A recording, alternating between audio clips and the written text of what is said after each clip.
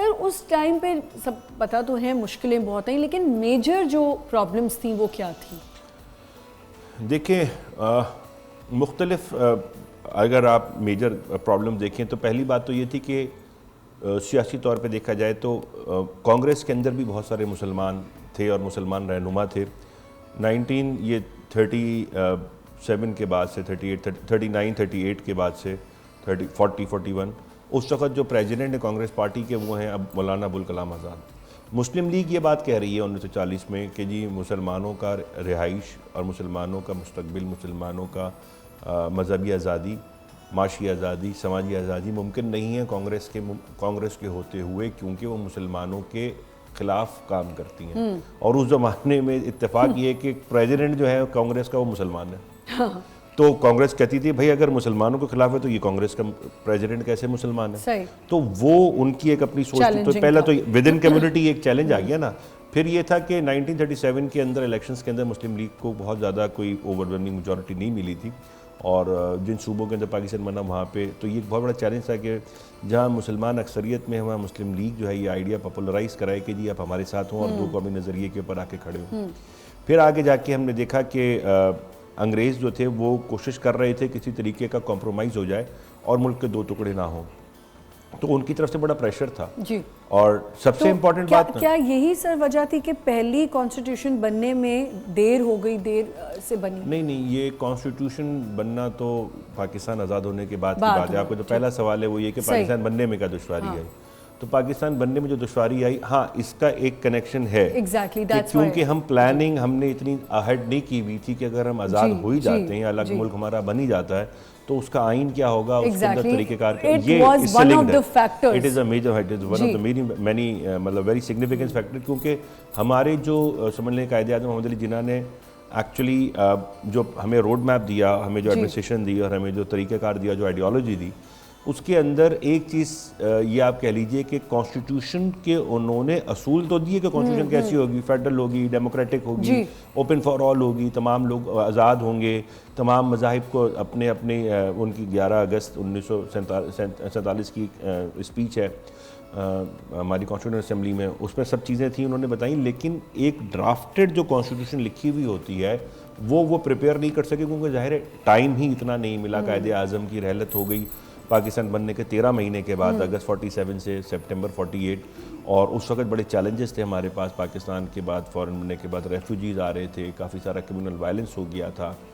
Radcliffe award की जो announcement हुई थी पाकिस्तान बनने के बाद, एक्चुअली हम ये बात भूल जाते हैं कि रेडक्लिफ अवार्ड जिसमें पंजाब और बंगाल के जो क्या नाम है, ख़ास करके पंजाब की अगर बात करें तो जो पार्टीशन हुआ है वो लाइन हमारे दोनों के दरमियान में आज़ादी के बाद हुई है जी सर। 16 अगस्त को उसकी अनाउंसमेंट हुई है, तो बहुत सारे लोगों को पता ही नहीं था कि वो पाकिस्तान में नहीं रहे। सही, वो समझ रहे थे कि हम पाकिस्तान का हिस्सा हैं। आज़ादी के अगले दिन उनको पता चलता है कि जी वो पाकिस्तान का हिस्सा नहीं है, तो वो पाकिस्तान की तरफ माइग्रेट, एक बड़ा मामला हुआ जिसकी ऐसे ही प्रॉब्लम्स क्रिएट। तो पाकिस्तान तो चले अल्हम्दुलिल्लाह हमें मिल गया, आज हम 78th बर्थडे भी पाकिस्तान की मना रहे हैं। लेकिन अब पाकिस्तान के जो हालात होते जा रहे हैं, हम हर साल सोचते हैं शायद हम अपने मुल्क के लिए कुछ बेहतर होते जाएंगे। सर आप कहाँ देख रहे हैं कि अब ये जो बेहतरी है ये होनी भी है, या इकोनॉमिकली भी, या इन अ क्रंच हर चीज़ में?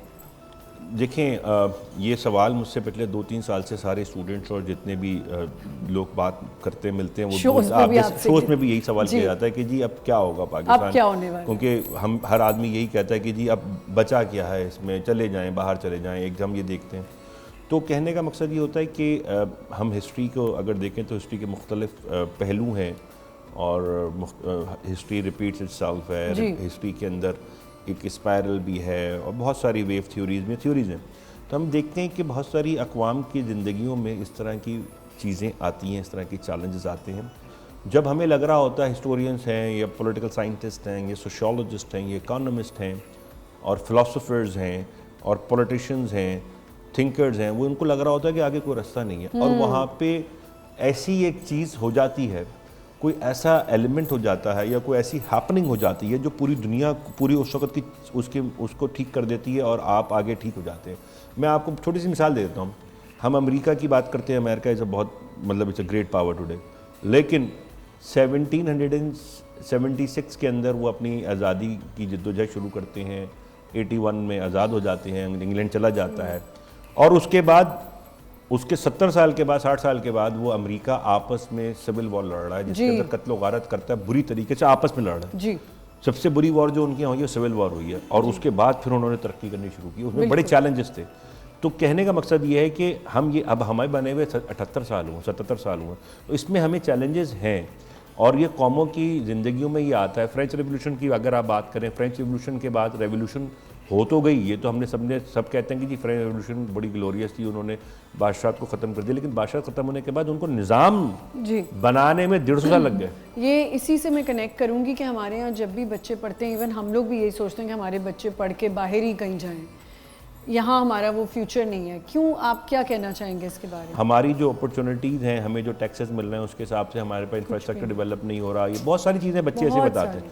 तो अब ये सोचने की ज़रूरत है मुझे और आपकी जनरेशन को, या हमारे सीनियर जनरेशन जो अभी यहाँ पे है, या हमारे जो फॉरेन नेक्स्ट जनरेशन जो कि थोड़ी सी आगे आ चुकी है बच्चों के लिए देखा जाए, कि जो बच्चे अभी प्रोफेशनल लाइफ में नहीं आए, हम उनको किस तरह का माहौल दे रहे हैं, हम पाकिस्तान को किस तरह से बना रहे हैं, अपने कंट्रीब्यूशन से हम यहाँ पे क्या चीज़ें कर रहे हैं जिससे उनके लिए आसानियाँ पैदा हों। क्योंकि खूबसूरत मुल्क है हमारा, और जितनी आसानियाँ हमें इधर हैं दूसरे मुल्क नहीं। आप ये देखें कि पाकिस्तान दुनिया की 5वीं सबसे बड़ी आबादी है जी जी, और पाकिस्तान के अंदर अगर हम नेचुरल रिसोर्सेज की बात करें तो Pakistan is very rich in natural resources.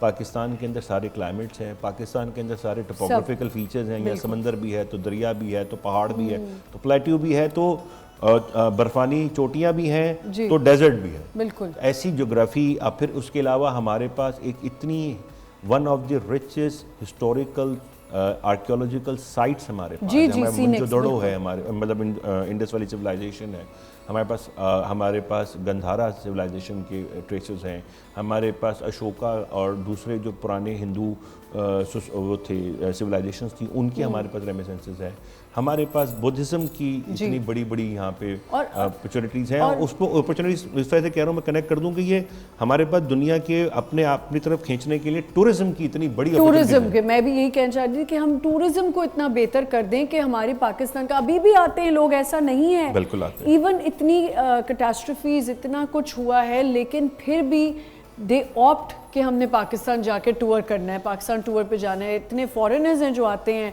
Hunza valley आते हैं, कहाँ आते हैं, लेकिन अब जो होता जा रहा है कुछ रीसेंट टाइम्स में जो हुआ है, अब वैसे अभी तो प्रॉमिसिंग है कंपैरेटिवली रीसेंट से बना देगा। अगर आप 10 साल की बात करें तो 10 साल के मुकाबले में पिछले 2-3 साल के अंदर जो दुनिया के लेकिन वो बहुत तेजी से बहुत तेजी से हमारे यहाँ व्लॉगर्स आ रहे हैं, और हम लोग फॉलो करते हैं, आप भी करती होंगी, देखने वाले भी हमारे फॉलो करते हैं। बहुत सारे जो वेस्टर्न व्लॉगर्स हैं, ट्रैवल व्लॉगर्स हैं, फूड व्लॉगर्स हैं, वो पाकिस्तान में आ रहे हैं और पाकिस्तान के बारे में दो तीन चीज़ें जो कॉमनली सब कह रहे हैं कि number 1 it is a very beautiful country जी, नंबर 2 वो ये कह रहे हैं कि यहाँ पे लोगों का जो रवैया है इतना अच्छा है। सबसे ज़्यादा जो बात कर रहे हैं कि Pakistan is the only country जहाँ पे आपसे जो सड़क पे चाय भी बेच रहा होगा ना ठेले के ऊपर, वो भी फॉरेनर से पैसे नहीं लेता। ये सारे के सारे कह रहे होते हैं कि it is such a welcoming country कि टैक्सी वाला पैसे नहीं ले रहा, रिक्शे वाला पैसे नहीं ले रहा, मतलब बहुत ही, और अगर कोई ले भी रहा है ना तो वो उतना ही ले रहा है जितने बनते हैं, ओवर चार्ज नहीं कर रहा। तो ये बहुत बड़ी एक तीसरी बात वो ये करते हैं कि पाकिस्तान का फूड, पाकिस्तान का फूड को जब वो कंपेयर करते हैं कि दुनिया में कहाँ गए, वो दे रेट पाकिस्तान एट नंबर 1। कह रहे हैं कि पाकिस्तान की जो फूड क्वालिटी है और फूड की जो फ्लेवर है, कह रहे हैं उससे अच्छा फ्लेवर हमने दुनिया में कहीं नहीं है। ये 3 चीज़ें कॉमन आ रही हैं।